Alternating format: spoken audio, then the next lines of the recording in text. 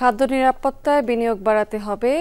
নিরাপত্তা নিশ্চিতের সাথে সম্পর্কিত সকল ইস্যুতে সামগ্রিকভাবে জাতীয় নীতি বাস্তবায়ন জরুরি বলে মন্তব্য করেছেন বাণিজ্য উপদেষ্টা শেখ বশির উদ্দিন। রাজধানীর একটি হোটেলে কৃষি উৎপাদন এবং প্রাণ প্রকৃতি সম্মেলনের প্রধান অতিথির বক্তব্যে তিনি এসব কথা বলেছেন।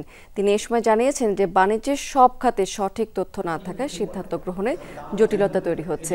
গত সরকারের আমলে প্রাতিষ্ঠানিক দুর্বৃত্তায়ন হয়েছে উল্লেখ করে উপদেষ্টা এ সময় আরও বলেছেন, এই অবস্থার উত্তরণে প্রাতিষ্ঠানিক এবং সরকারের বডিগুলোর সক্ষমতা বাড়ানো জরুরি।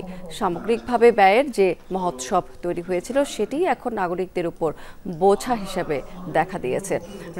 রাতারাতি এসব পরিবর্তন সম্ভব নয়, তবে পরিস্থিতির উত্তরণে কাজ চলছে বলেও জানিয়েছেন বাণিজ্য উপদেষ্টা।